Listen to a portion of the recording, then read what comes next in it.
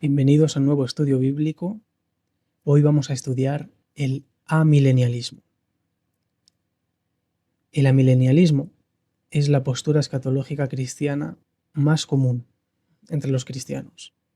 Los católicos son amileniales, los ortodoxos, los protestantes también, los luteranos, anglicanos, presbiterianos, metodistas, suelen ser amilenialistas. Y esto choca a los que hemos sido criados en iglesias evangélicas, pentecostales, donde nosotros hemos aprendido que habrá un anticristo, que va a haber la ira de Dios, la gran tribulación, la persecución a la iglesia, el rapto. Cuando tú estudias el amilenialismo y ves que la mayoría de cristianos no creen en nada de eso, pues al principio choca, al principio impacta, porque tú dices, pero ¿por qué no crees si está en la Biblia? Y es que el dispensacionalismo es una doctrina muy reciente en comparación con el amilenialismo.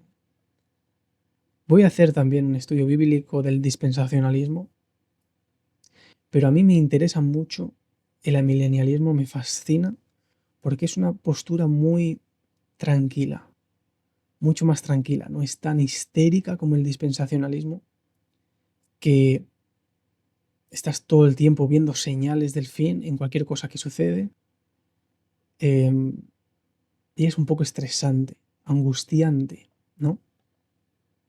Sin embargo, yo no soy amilenialista, a mí me gustaría serlo, pero hay algunas cosas en las que no estoy de acuerdo. Y por eso me considero un mal dispensacionalista, porque tampoco estoy de acuerdo con algunas cosas del dispensacionalismo. Pero hoy vamos a estudiar el amilenialismo. Este es el mapa de estudio. Vamos a ver qué es el amilenialismo, vamos a ver su origen y las críticas principales. Y al final, mi opinión. Resumidamente, el amilenialismo enseña que el milenio, es decir, cuando Cristo vuelva a la tierra y establezca su reino milenial, ellos no lo entienden así. Ellos dicen que el milenio de Apocalipsis 20 representa simbólicamente el periodo actual entre la primera y la segunda venida de Cristo. Es decir, no habrá un milenio literal en el futuro. Cuando Cristo vuelva a por su iglesia, no establecerá un reino. Simplemente volverá e inmediatamente habrá el juicio final. Número 2. Cristo ya está reinando simbólicamente desde el cielo, es decir, ya estamos dentro del milenio simbólico. Y número 3. La mayoría de las profecías son simbólicas y no literales. Aquí hay algo que muchos dispensacionalistas con mala intención dicen, y es que el amilenialismo no cree en que Cristo volverá de forma literal. Yo esto no sé porque algunos lo dicen, pero yo lo escuché. Entonces, el milenialismo, el amilenialismo, sí cree en la segunda venida literal de Jesús, en la resurrección y en el juicio final. Si hay algún dispensacionalista que con mala intención dice que el amilenialismo no cree en la venida de Cristo, es rotundamente falso. No hay ni un solo amilenialista que diga que Cristo no va a volver de forma literal. Bien, vamos a analizar versículo por versículo de Apocalipsis 20 desde la perspectiva milenial, ¿de acuerdo? Empezamos. Apocalipsis 20, versículo del 1 al 3. El apóstol Juan dice: vi a un ángel que descendía del cielo con las llaves del abismo y una gran cadena en su mano. Prendió al dragón, la serpiente antigua, que es el diablo y Satanás, y lo ató por 1000 años. Lo arrojó al abismo, lo encerró y puso un sello sobre él para que no engañara más a las naciones, hasta que se cumplieran los 1000 años. Después de esto, debe ser desatado por un tiempo, por un poco de tiempo. ¿Cómo se interpreta estos 3 versículos desde la postura escatológica amilenial? Número 1. El ángel representa el poder de Dios. Número 2. Atar a Satanás ocurrió en la cruz y resurrección de Jesús. Y vamos a leer los versículos que indica. Mateo 12:29. Mateo 12:29 dice lo siguiente.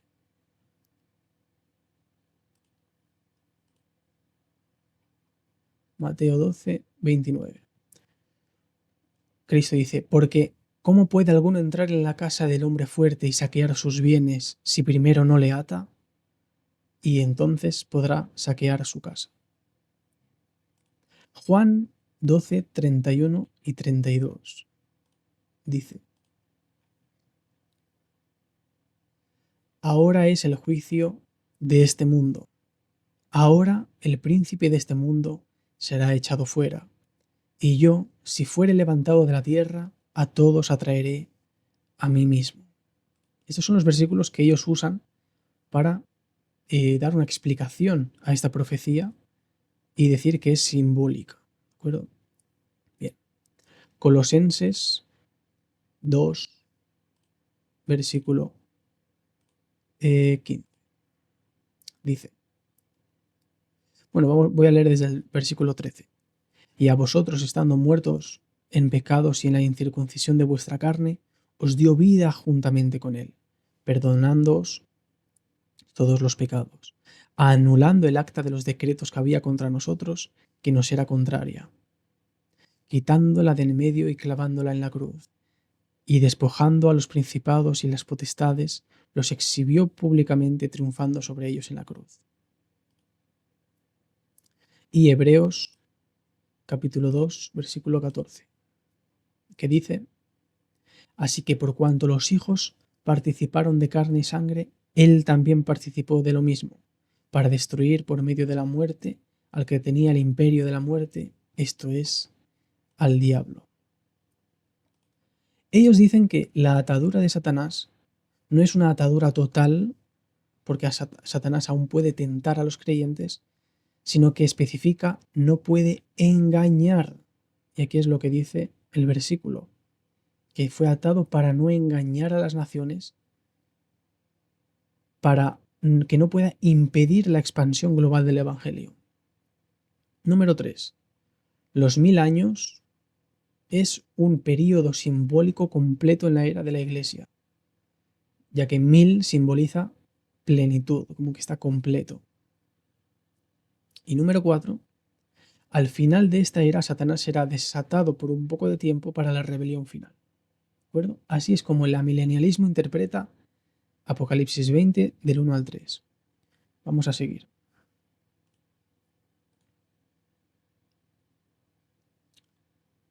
Vi también tronos, y se sentaron sobre ellos los que recibieron facultad de juzgar. Vi también las almas de los decapitados por causa del testimonio de Jesús y por la palabra de Dios, los que no habían adorado a la bestia, ni a su imagen, y que no recibieron la marca en su frente ni en su mano, y volvieron a vivir y reinaron con Cristo 1000 años. Bien, ¿cómo interpreta el amilenialismo Apocalipsis 20, versículo 4? Aquí dice que Juan ve almas, no cuerpos resucitados, lo que indica que esto ocurre en el cielo y no en la tierra. Número 2. Estos son los creyentes que han muerto, especialmente mártires en la historia de la Iglesia, que ahora están en la presencia de Cristo. Número 3. Volvieron a vivir se refiere a la primera resurrección, que es espiritual. La resurrección del alma al momento de la conversión o, más comúnmente, en esta visita. El paso a la vida celestial al morir. Vamos a ver Juan 5, 24, 25. Juan 5, 24, 25, dice: de cierto os digo que el que oye mi palabra y cree al que me envió tiene vida eterna y no vendrá a condenación, mas ha pasado de muerte a vida. De cierto os digo, viene la hora y la hora es cuando los muertos oirán la voz del Hijo de Dios y los que la oyeren vivirán.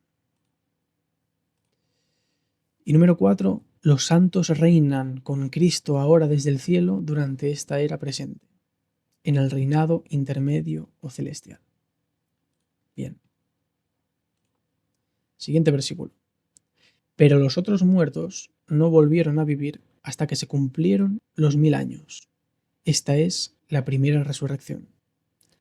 Ellos dicen que los otros muertos son los incrédulos, que ellos no participan en la primera resurrección, la espiritual, la celestial, solo resucitarán corporalmente al final para el juicio final. Y la frase "esta es la primera resurrección" se refiere a los que acaba de mencionar, la vida de las almas con Cristo, no a una resurrección física. Bien. Versículo 6. Bienaventurado y santo el que tiene parte en la primera resurrección. La segunda muerte no tiene potestad sobre estos, sino que serán sacerdotes de Dios y de Cristo y reinarán con él 1000 años. Ellos dicen que participar en la primera resurrección significa estar en Cristo, regeneración y vida eterna. Por eso la segunda muerte, el lago de fuego, no tiene poder sobre ellos. Y número 2, los creyentes ya son sacerdotes, ver 1 de Pedro 2:9 y Apocalipsis 1:6, y reinará con Cristo en esta era, aunque sea de forma espiritual y desde el cielo. Vamos a ver 1 de Pedro, capítulo 2, versículo 9, que dice: mas vosotros sois linaje escogido, real sacerdocio, nación santa, pueblo adquirido por Dios, para que anunciéis las virtudes de aquel que os llamó de las tinieblas a la luz admirable.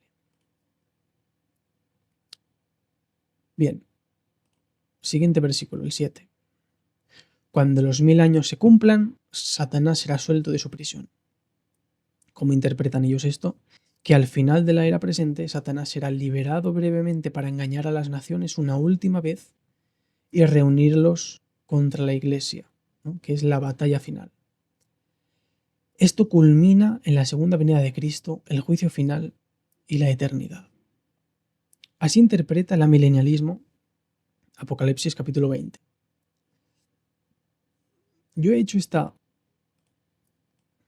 esta imagen, ya que yo soy dispensacionalista, me crié en el dispensacionalismo y me hace mucho más fácil entender, digamos, esta postura escatológica de esta forma. Aquí vemos el antiguo pacto, la cruz, que significa la muerte de Cristo, la flecha hacia arriba, que significa la resurrección de Cristo y el ascenso a los cielos, y a partir de ese momento ya está el milenio de forma simbólica, y Cristo gobierna desde el cielo. Lo único que necesita suceder es que Cristo vuelva. Ya está. No hay anticristo, no hay tribulación, no hay rapto, no hay absolutamente nada. Y aquí está la comparativa, ¿no? Entre el dispensacionalismo, la ley, Cristo muere, Cristo asciende al cielo, estamos en la dispensación de la gracia, luego hay un breve tiempo, que es la gran tribulación, que no es una dispensación, y Cristo vuelve a la tierra y ahí establece de forma literal su reino. Esto es lo que cree el dispensacionalismo. Sin embargo, el amilenialismo no. Es mucho más sencillo, mucho más tranquilizador, la verdad. Porque el dispensacionalismo como que te da ansiedad, cada noticia que ves ya lo estás relacionando con algo de la tribulación o del anticristo y es agotador. Bien. Resumen doctrinal. Doctrina. Milenio, reino de Cristo, lo interpreta como simbólico y presente en este momento. La atadura de Satanás la interpreta como una restricción parcial para que el Evangelio, digamos, pueda seguir predicándose. La segunda venida de Cristo es literal, única y final. El juicio final es inmediato tras la venida. Y Israel y la Iglesia es un solo pueblo.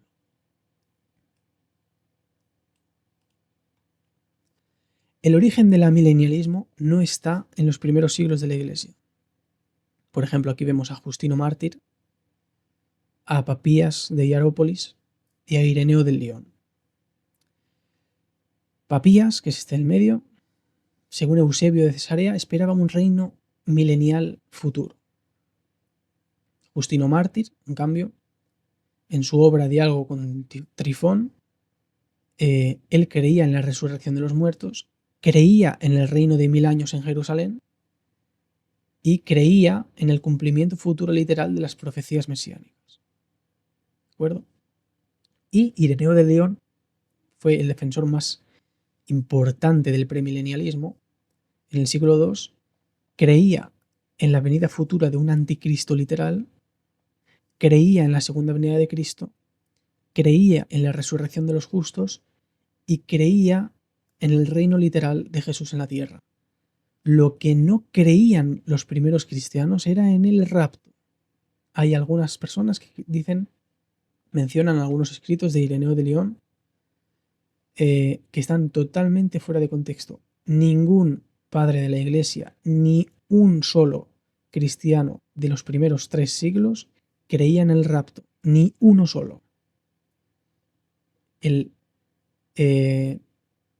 premilenialismo histórico no es dispensacional, no cree en una venida secreta de Cristo o en un rapto secreto. Eso es muy posterior. Quiero aclararlo porque también hay mucha desinformación. Algunos amilenialistas creen que habrá un anticristo. Yo he tenido la oportunidad de hablar con un conocido que es ortodoxo y él personalmente cree que va a haber una figura o una época, un estado o algo que sí pudiese ser el anticristo. Sin embargo, no lo dividen como los dispensacionales de que gobernará 6 años y en los 3 años primeros habrá paz y seguridad y en los 3 años y medio posteriores habrá guerra contra Israel o ese tipo de cosas. No lo creen, solo los dispensacionalistas. Pero hay algunos amilenialistas que sí creen que puede haber un anticristo o incluso que el anticristo es un sistema mundial corrupto y demás, ¿no? Luego hay otros que se confunden con el amilenialismo, que son los preteristas. El amilenialismo interpreta las profecías como simbólicas y los preteristas interpretan las profecías como que ya sucedieron. Y ahí es la diferencia.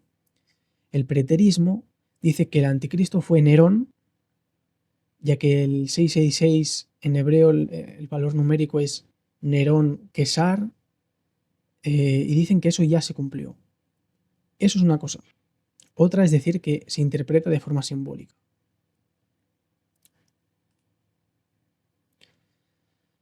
Bien, en Alejandría surgió una tendencia a interpretar ciertos textos de forma simbólica. Aunque Orígenes no formuló el amilenialismo, influyó fuertemente en su desarrollo posterior. Orígenes fue condenado por hereje siglos después, no por alegorizar las profecías, sino por otros asuntos, pero fue uno de los primeros que empezó a darle interpretaciones simbólicas a la palabra de Dios, sobre todo a las profecías, ¿no?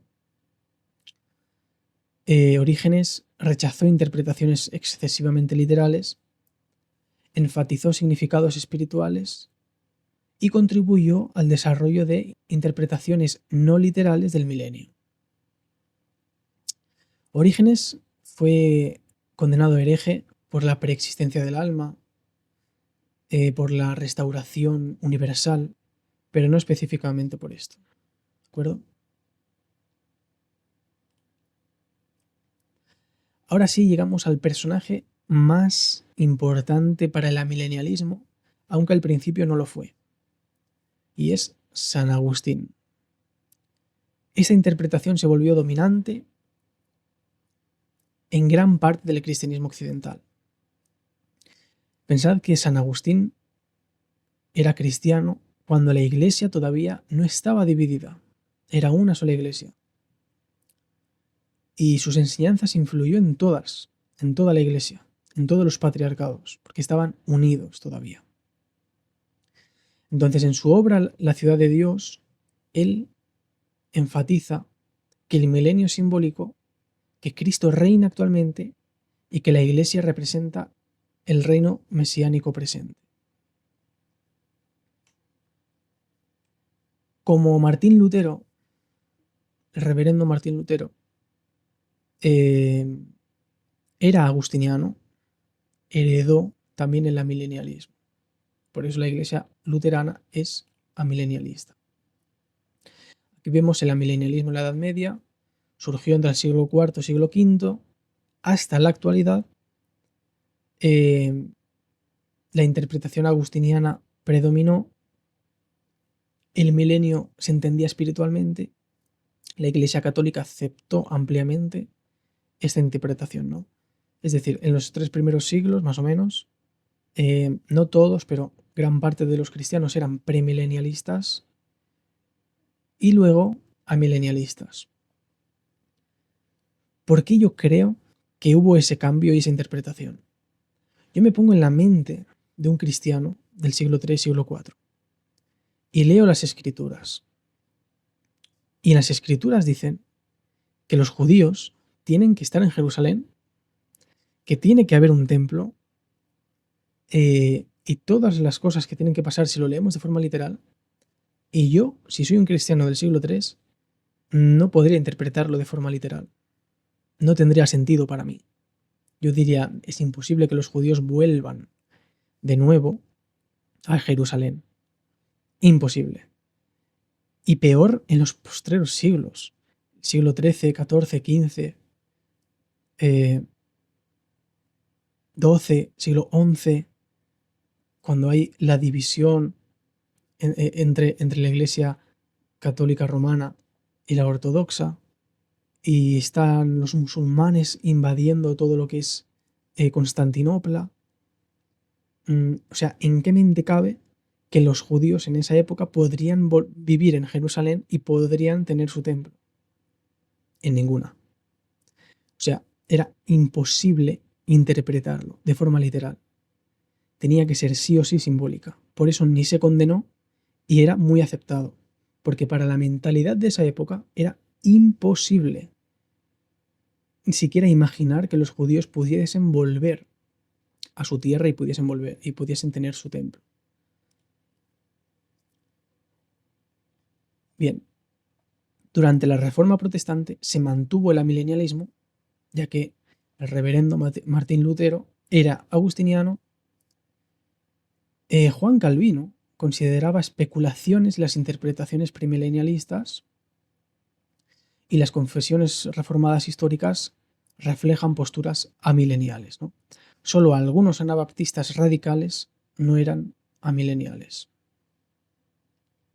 Y esto pues, también es evidente, ¿no? Porque si tú lees las profecías tal cual y de forma literal,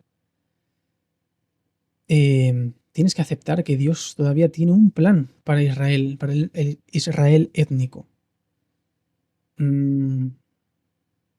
Y claro, ver a un pueblo tan destruido como era el judío, semi-analfabeto, perseguido, dividido, que era un ejemplo de cómo Dios había abandonado a un pueblo por su rebelión y por su pecado, ¿no? Y eso lo tenían como argumento, ¿no? De decir, ¿ves? Dios os ha abandonado, ¿no? Dios os ha dejado por no aceptar a Cristo. Era imposible entenderlo de forma literal. En esa época era imposible ser premilenialista.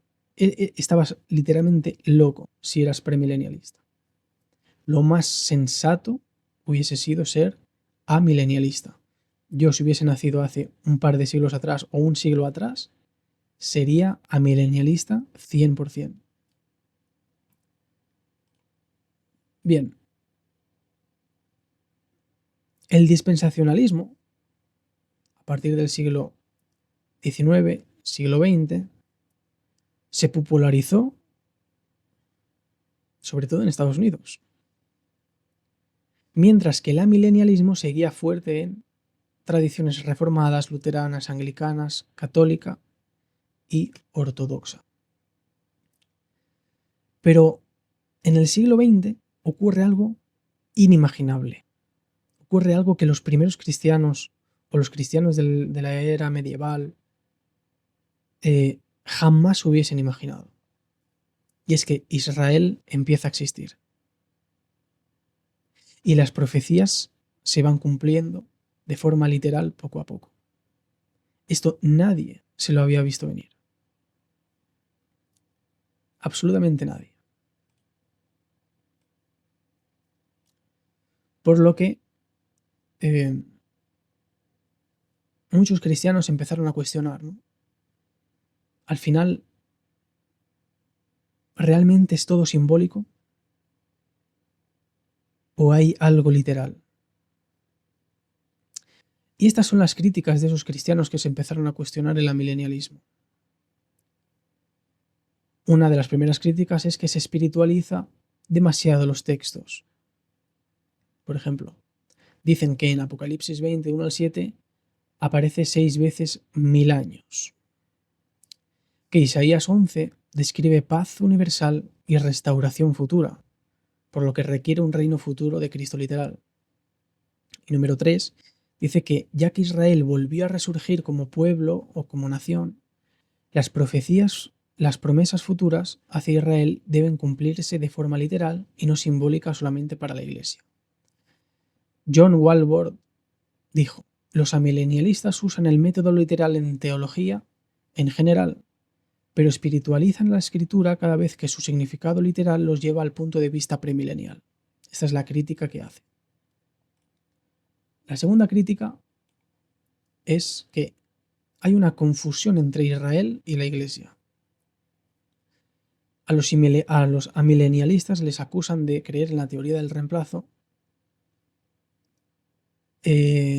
Jeremías 31, 35 y 37 habla sobre promesas eternas hacia el pueblo étnico de Israel, y Romanos 11, 25 y 29 asegura que el llamamiento de Dios y sus promesas son irrevocables. Vamos a leerlo. Romanos 11,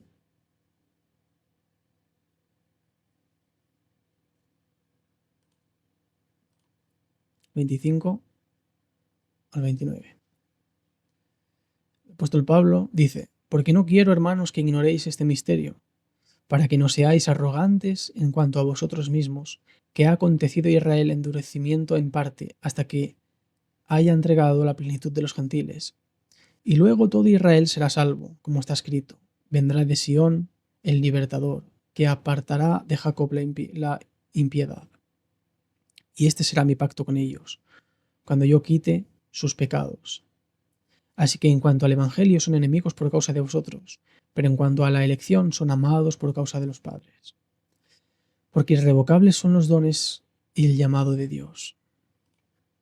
John MacArthur, que fue dispensacionalista, dijo: esto se llama teología del reemplazo, por cierto, y académicamente se conoce a menudo como supersesionismo.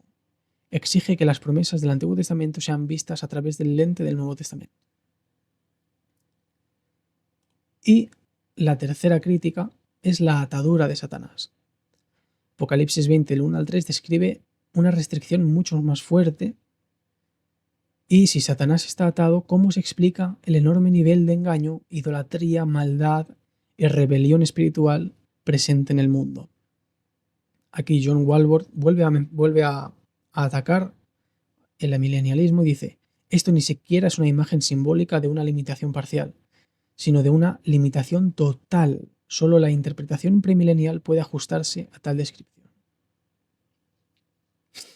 Bien, como veis, Este estudio es muy resumido, qué es el amilenialismo.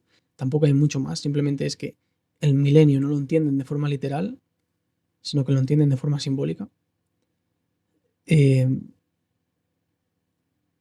Personalmente, me gustaría que fuese real, que esta fuese la postura escatológica verdadera, porque yo he sido criado en una iglesia dispensacionalista y se ha usado mucho el dispensacionalismo para meter miedo a la gente, como dice Juan Calvino, ¿no?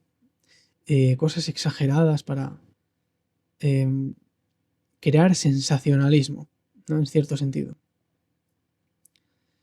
Pero ¿cuál es mi problema con el amilenialismo? Mi problema está con la atadura de Satanás. No está con la tribulación, no está con el rapto, porque yo no creo en el rapto. No está en la relación de Israel y la Iglesia. Podría yo entender que Israel es igual de elegido que la Iglesia y que la única forma de que Israel sea salvo es por Cristo, ¿de acuerdo? No creo nada más que eso.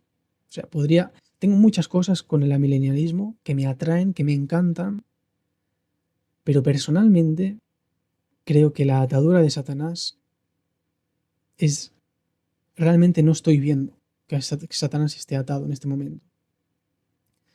Estamos viendo lo que está pasando en África, en Asia, en algunos países de incluso México, cómo están persiguiendo a los cristianos. Cada día mueren 15 personas en Nigeria, solamente en Nigeria, de 15 a 30 personas por ser cristianos. Cada día. Yo no sé dónde está la atadura de Satanás ahí. En Europa, las iglesias cada vez están más vacías. En Medio Oriente, el cristianismo está muy perseguido. En Irak, hace 15 años, había 2 millones de cristianos. Ahora no llega ni a 200.000 cristianos. No estoy viendo que el diablo esté atado. Simplemente estoy viendo que los cristianos resisten la persecución porque tenemos la verdad y porque el diablo no puede destruirnos. Pero de ahí a que esté atado, yo no lo veo. Yo abro los ojos, veo la realidad del mundo, la maldad que hay en el mundo, incluso la apostasía que hay dentro de la iglesia. Y personalmente, de verdad, trato de ver al diablo atado, lo trato de ver, pero no lo encuentro. No encuentro que esté atado. Yo diría que esa es la única cosa que me evita ser amilenialista, porque no estoy viendo al diablo atado. Yo soy dispensacionalista, soy un mal dispensacionalista, porque hay muchas cosas que no creo. Sin embargo, a día de hoy me parece la postura más coherente con las cosas que estamos viendo, con las cosas que están sucediendo. Porque sí, ha habido guerras siempre. Ha habido hambres, ha habido pestes, ha habido grandes desastres en la antigüedad. Pero lo que estamos viendo hoy, cómo está la apostasía en la iglesia, cómo está el mundo destruido, todos los casos que estamos viendo de gente poderosa, con esa manía siempre de atraer, que le atraen los niños, cómo está la iglesia cada vez más vacía, más apostasía en la iglesia, cómo están nuestros hermanos perseguidos. Entre los mismos evangélicos hay divisiones por tonterías, incluso por posturas escatológicas. Hay divisiones, hay enfrentamientos, se meten con la familia de la gente por una postura escatológica. Ya ves tú qué absurdo, ¿no? Se ríen de ellos, se ríen de cosas que ellos no eligieron tener, quizás de enfermedades, se ríen de las enfermedades de los hijos de la gente que defiende alguna postura escatológica o alguna doctrina cristiana. Esto solo entre protestantes. Yo no veo la atadura de Satanás. De hecho, veo todo lo contrario. Por lo tanto, para mí, me cuesta creer el amilenialismo específicamente en eso. En todo lo demás me gusta el amilenialismo. Y ojalá fuese cierto y eh, ojalá el diablo estuviese atado de verdad. Pero viendo la maldad que hay en el mundo, y lo peor, viendo la maldad que hay en la propia iglesia, la maldad que hay entre los propios cristianos, que uno a otro se llama hereje, lamellesos, idólatra, eh, el otro hijo de Lutero, bastardo, porque no tienen a la Virgen María, ¿no? O no sé, la verdad. Lo que estamos viendo en la iglesia es vergonzoso, lo que está sucediendo, sobre todo en Internet. Eh, una vez me encontré a un sacerdote católico y estuve hablando con él y él me dijo algo interesante, porque estábamos hablando de hecho del odio que hay entre cristianos últimamente en Internet, ¿no? Parece que la gente se aburre y no tiene otra cosa que hacer que vomitar odio. Y estaba hablando con este padre y yo le expresé mi frustración sobre el protestantismo. Yo le dije, yo soy protestante, pero estoy viendo un odio terrible en la iglesia, en Internet sobre todo. Gente que supuestamente está para defender la fe y lo único que está haciendo es haciendo reír al diablo, matándose entre ellos, ¿no? Y yo le hablé a este padre, ¿no? Y este padre me dijo, mira, están muriendo hijos de Dios en Nigeria, católicos y protestantes. Y me dijo así a mí, me dijo, cuando ves que han muerto 10 católicos, ¿tú qué piensas? ¿Que han muerto 10 idólatras? ¿O que han muerto 10 hermanos? Digo, yo pienso que han muerto 10 hermanos, 10 mártires que están en la presencia de Dios. Y me dijo, yo creo lo mismo, si son protestantes. Él, como sacerdote católico, me dijo, si yo veo y yo escucho que han muerto 10 protestantes en Nigeria, para mí no han muerto 10 herejes. Para mí han muerto 10 mártires y están en la presencia de Dios. Y él me dijo esto, si muertos son hermanos, ¿por qué para algunos vivos son herejes? Él dijo, porque en realidad no está el amor de Dios en ellos. Y es la verdad. Y es la verdad, yo solo le aplaudí, ¿sabes? Porque es tal cual.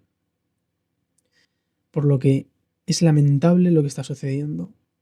Vemos como el diablo le queda poco en realidad porque está haciendo barbaridades en la iglesia y en el mundo. Y es lo único que no me permite ser amilenialista. Pero ya os digo que el amilenialismo me encanta la forma en la que interpreta las profecías. Ojalá fuese cierto. Y me gustaría ser amilenialista, pero solo por esto no lo soy. Y estoy condenado a ser dispensacionalista, aunque no me gusta. No me gusta el dispensacionalismo y ojalá tampoco fuese cierto. ¿De acuerdo? Así que este es el amilenialismo. Próximamente subiré un estudio sobre el dispensacionalismo. Así que muchas gracias por estar ahí y que Dios os bendiga.